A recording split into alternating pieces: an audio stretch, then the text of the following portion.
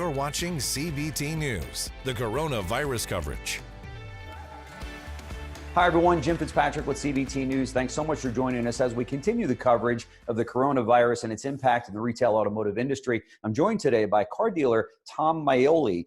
Thanks so much for joining us, Tom. Thanks for having me. I should mention that you are the president and CEO of Celebrity Motor Cars, a real estate mogul and host of Go Big or Go Home radio show. So you're a busy guy right there in New Jersey. Very busy. Things have slowed down a little bit, but it's a little crazy right now. But listen, this too shall pass. I think it's just time. Sure. So tell us a little bit about your group. How many stores and what kind of volume do you do? And then where are you today on that? I have 6 stores. I have Mercedes-Benz, Lexus, BMW, Alfa Romeo, Maserati. I'm the largest Lexus dealer in the Northeast and one of the top 5 BMW dealers in the Northeast also. So we do a lot of volume. Our service departments, prior to the coronavirus, were booming. I mean, lines out the door, probably the best year we've ever had. Sales were up, service is out the roof, and it just collapsed. Yeah, that's for sure. So talk to us today. Are the showrooms are open or not open with the service centers? Where does your business lie today? Clearly we're following governmental rules and regulations that are in place, but we are open. We're selling cars. Most car sales are happening online or delivery to customers' homes. Very few people want to come in the showroom. They're scared. If they do, they have masks on, gloves, so everybody's protected. We've done a lot of work internally in the interim, so when the market does return, people feel comfortable, put up glass barriers, did a lot of sanitizing of all the dealerships. But, on a normal day, we sell 15 new cars and 5 used cars on an average, and 2 cars a day. Yeah. So, it's just enough to keep the lights on. Sure. Our service departments are booming. We're running at about 20% of normal volume. Okay. And as a result, how do you handle the staff? Do you just furlough the employees or work them in shifts, or what's that look like? Well, listen, we cut 80% of our staff. We had no choice. Mm-hmm. We're down to a skeleton crew. Sure. And, hopefully as things return, we'll start bringing those people back a little at a time. But I think it's going to be a slow ramp up. I'm not so sure that this V-shaped recovery is going to happen. People are scared. I mean, they're afraid. They're afraid to come out to showrooms. They're afraid to go out to restaurants. They're just afraid. So I think the process is going to come back. But I think, and we will get a spike. There's a pent up demand of customers who have leased cars. Their leases have expired. So we're going to have a 2-3 month backup of lease expirations where people are going to need new cars. Right. But it's going to be a slow process after that. Once that spike hits, people are going to be afraid to come and have their car serviced and sit in the waiting area and not know who's sitting next to them or what they're carrying. That's right. And I understand in New Jersey, speaking to a number of dealers there, that you guys have an incredible lease ratio. Isn't it like 70 or 75% of the cars in New Jersey are leased? Well, actually, at our dealerships, we're at 85% lease penetration. We have an amazing lease penetration. So that's actually a blessing in disguise because customers, again, these cars come up. It doesn't cost them a lot of money to get back into a new car, and they're going to need a new car. They're going to have to turn that car in. The biggest fear I have is the used car market. There's going to be a lot of used cars as these lease returns come into the marketplace. The manufacturer is going to have so many lease returns, and the used car market. No used cars are being sold, not only at dealerships, but at gravel lots. So you're going to have a used car glut. I see prices tanking on used cars. I think anybody that has used car inventory, which is what I'm doing, I'm getting rid of it now. Wholesale it, send it to auctions, get it out of here, because I think you're going to be able to buy it at 20, 25 to maybe 30% cheaper than your cost is today on those cars. Sure. What do you say to the dealers that say, well, the people that will come back into the market when they do will probably be looking at used cars because of the economy, because of their economic situation, and I want to have those vehicles for them?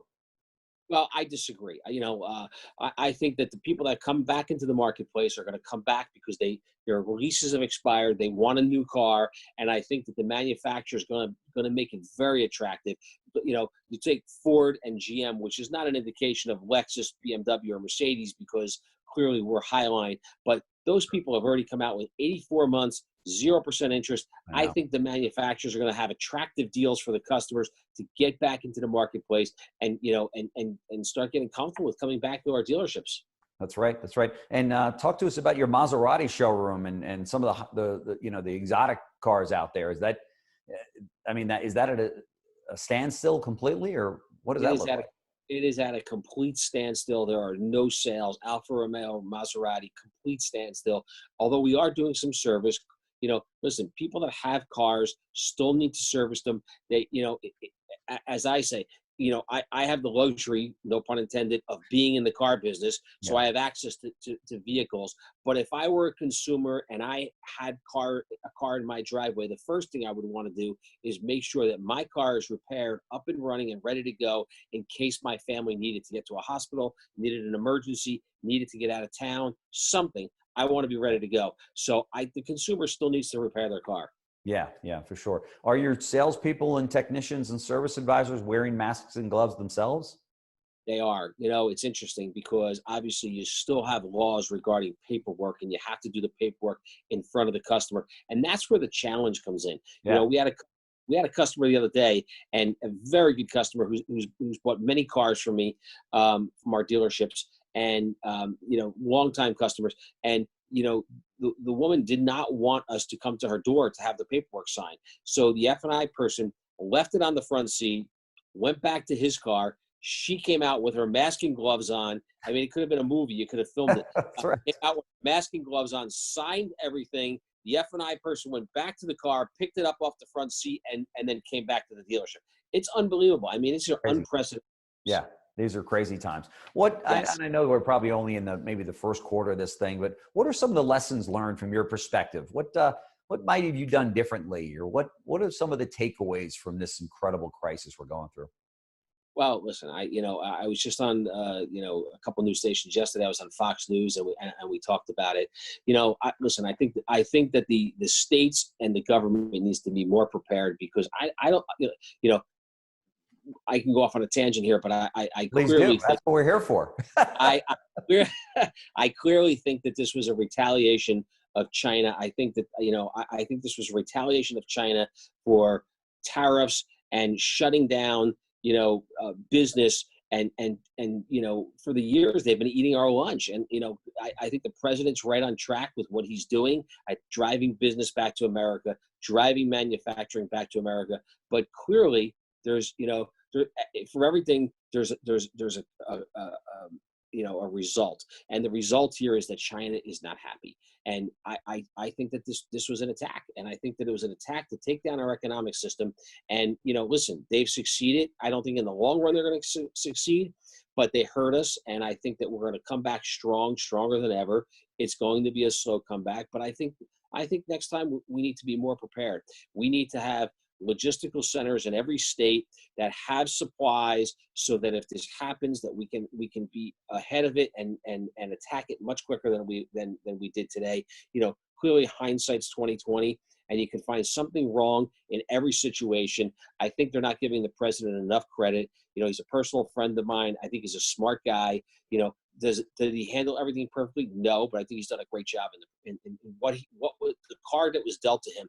In the middle of probably the greatest economy in the history of the country, and we were taken to our knees. Right. That's for sure. So Yes. Thinking along those lines, and that's kind of cool that you're a friend of the president's. Maybe you can answer this question then. Do you think Sure. It's right in the sense that he wants to get the country back open again? What's your take on that as a retailer that depends on people coming in or clicking onto your website? Should it be May 1st? Should it be July 1st? This is an interesting balance. He's walking a tightrope. We're all walking a tightrope. Do you open up business, or, at the risk of, health, safety, and welfare of the country? But remember, part of the health, safety, and welfare of the country is economic, economic ability to put food on your table and support your family. Right. So listen, it's a tightrope he's walking in, and it's a tight balance. I just said this on Fox News the other day. they were talking about the ultimate authority and who has the ultimate authority, and the president's saying he has the ultimate authority. I know, versus the governors. Sure. And the governors. And now he comes out today and he said, that he doesn't, he's going to give the authority to the governors, and, he doesn't have the ultimate authority. And listen, I think it's guidance from above, right? But I think the governors have to make these decisions, because the governors understand their local markets. It's they have the feet on the street. Right. They understand where the hot spots in those markets are. They understand, where they can open and where they can't open. They understand what businesses are critical to their local marketplace. So I think the governors need to make the decision. Would you be in support if your governor said, okay, May 1st, open your doors, open the government, and let's get business going again in New Jersey? I would be in full 100% support, although I think it needs to be done safely and properly. I think, salespeople, people that work in a dealership need to wear masks. You need to sanitize. We're already going through a process where we're sanitizing our cars. We're putting stickers on the cars so the customers feel comfortable when they get in a loaner car, that the car's been cleaned and sanitized. Listen, this is a whole new era. We're coming into a whole new world, and I think this is just the way it's going to be for a long time. Yeah, you're a highly successful auto dealer with a number of stores, and have, as you mentioned, having record year until this was taking place. What advice would you have for some of the other dealers that are looking at you today? You're there in New Jersey, and as I mentioned, with a successful operation. What advice would you have for the dealers out there that are struggling as you are? Well, listen, I did a podcast a couple of weeks ago, and I will tell you that this is not just the automobile business. This is any business. We're at war, and when I say you're at war, is as a CEO, as an owner of a company and an operator of a company, you're at war, and what you're at war with is an economic crisis, and the economic in any war, the way you win a war is to have the most ammunition.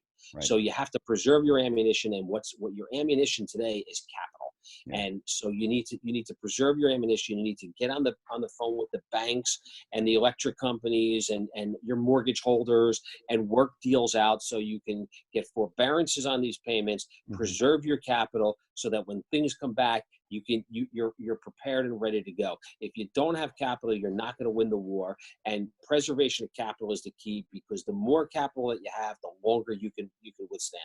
Yeah, that's right. Hey, now switching gears a little bit, and I appreciate all the time you've given us today. Yeah. How do you appraise a car during these times? I mean, you got to throw the book out the window, right? And say, this if the car is worth $30,000, do you put 20 on it? Do you put 15? How do you do that and still make the new car deal? Well, let's start with this. Right now, you pray for the opportunity to be able to appraise a car, because that's a good point. There's no customers coming in that you have to appraise cars. But that day's going to return. And like I said before, the used car market is coming down. It's going to come down big time, I believe. If there were a way to short it on Wall Street, I'd short the used car market and make a fortune. But it doesn't exist.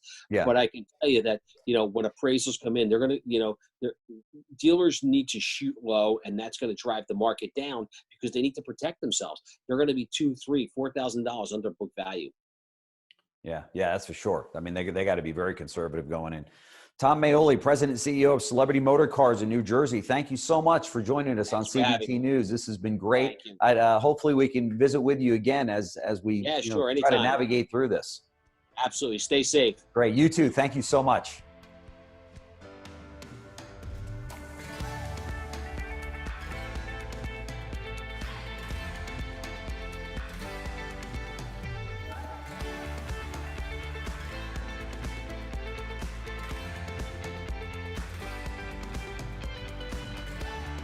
You're watching CBT News, the coronavirus coverage.